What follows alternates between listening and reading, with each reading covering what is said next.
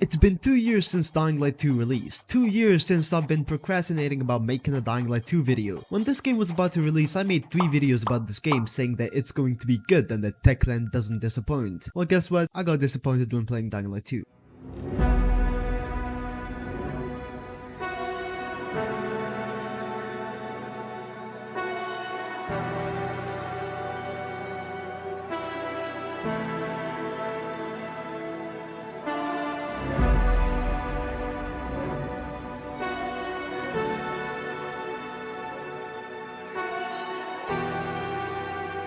Alright, now hear me out. Dying Light 2, or DL2 as the kids say these days, is an open world action RPG parkour zombie video game developed by a Polish company called Techland. Can you guys figure out what went wrong with this game? Look, while playing this game, half of it feels like you're playing the good old Dying Light 1, and the other half feels like you're playing a shitty open world Ubisoft game. But this isn't a Ubisoft game, right? If it was a Ubisoft game, then the game would have had shitty microtransaction for a made up currency that allows you to buy items that cannot be obtained by just playing the game. Oh my fucking god. I have a lot of complaints about this game, and if I could, I would start complaining about this game right away, but then I would have to scrap this script for like the 50th time already, and I really don't want to do that, so let's start with why I think this game deserves a chance for the people who haven't played the game already. Dying Light 2 gameplay feels like it was made with spits and bondage. Sometimes when the planet aligns, the game feels so nice and fun at the same time, but that's only on rare occasions. Most of the time, the game feels broken and unpolished. Haha, get it guys? Polish company? Running around the open world, doing some cool parkour stuff and slaying zombies is fun sometimes, but then it gets boring, so you start doing some side quests. But then the side quest gets boring because every side quest in this game is a copy and pasted fetch quest, so you start doing the open world activities, but that gets boring too because every word activity is a copy and pasted too. Are you starting to understand my point of view here? This game has like 12 hours worth of content in it, but it's so bloated to the point where you don't know which stuff is worth playing and which stuff isn't. And this has been an issue ever since the game released, and Techland's response to that was add more pointless stuff to the game. Look, doing night runner trails is fun and all, but when they are nearly all the same, it really starts to feel like you're doing chores rather than playing a video game. And farming zombies doesn't mean it's fun, Techland. And there you go again, I'm starting to fucking rant, oh my god. Now this game isn't a live service game, or is it? You see, Techland's whole approach for this game is that they intended to drop new content every few months, but that content consists of farming zombies in order to get cool items. So for the typical player like me, that's just what I was doing the whole time while playing the game. So that's not new content to me, it's just the same game, but now I get rewarded for doing what I was doing. And speaking about live service again, I don't know if this game is supposed to be a live service game or an RPG game or an open world action game. If it was a live service game, then it lacks content. If it was an RPG game, then it lacks RPG mechanics. And if it was an open world action game, then why do we still have tedious grinding in a single player game? Now that's enough about the gameplay, let's talk about the story for a second.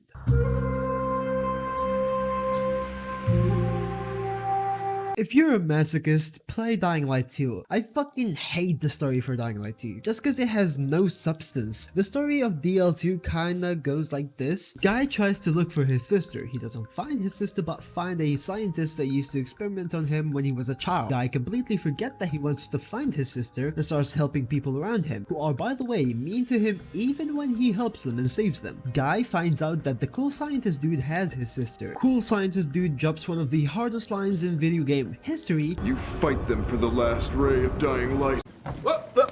The guy's sister dies and the guy leaves the city and GG's, video game over, so we're back to the starting line as if nothing happened. Remember when Dying Light 1 started with Crane being a secret agent looking for one thing only and didn't care about Haran or its people, but at the end decided to betray the GRE and help the people of Haran? That's called a decent story, Techland. Yes, it's not something mind-boggling or revolutionary, but the story actually had a meaning. Meanwhile, Dying Light 2 started with nothing and ended with nothing. With a bit of good writing, this game would have definitely had one of the best stories ever, but oh, guess what? Techland fired Chris Avalon because of some rumors, so who cares? The story feels like it has no direction, characters are annoying as fuck, Aiden is more hollow than a Dark Souls NPC, and the ending was so meh that I forgot it completely. And the game has no replay value, especially with all the grinding, so yeah, I don't like the story.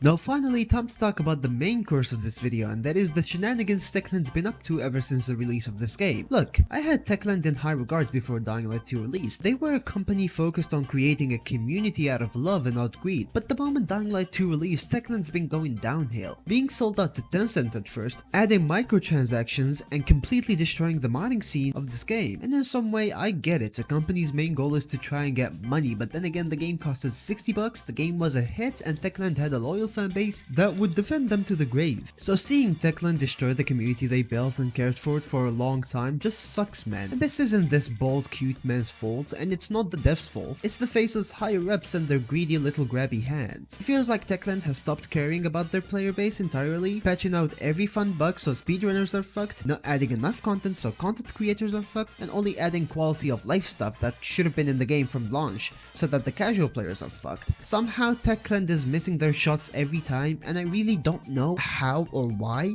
but I do hope they get their acts up and actually start to at least try and act like they care for the community.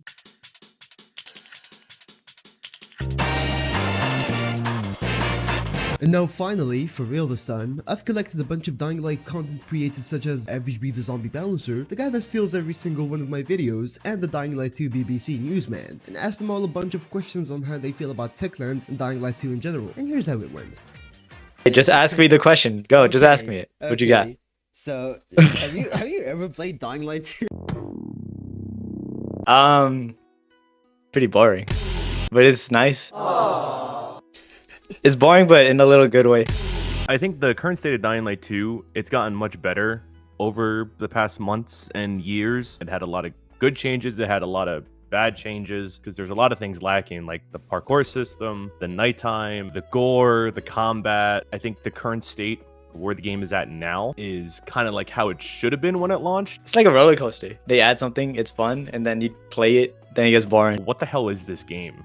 Like, what is it supposed to be? Looking in at it, is it supposed to be a live service game or not? Because it has live service elements. You can't really say it's a live service game, but it has live service elements to it, and they're not fully committing to it yet. What the hell this game exactly is? I don't know, they put everything as a bounty, man. Put this interview as a... They would put this video as a bounty if they could. Fuck bounties. Bounties are boring. We just need PvP. That's all we need. I don't really like Dying Light 2 too much. It's like people are requesting for DO1 features, they do it, and now you have Dying Light 1 feature and Dying Light 2, but you're playing Dying Light 2 for a reason. You want to have something new on Dying Light 2. You're not playing the same game. Like, this game could have generally been good though, but seems like development hell really went on in that game. It's just trying to be like, it just feels like we're like entering from alpha to beta stages at this point. I'm gonna cut the interviews for now, but if you guys do want to watch the interviews, I'll probably make a separate video on my second channel for you guys. So...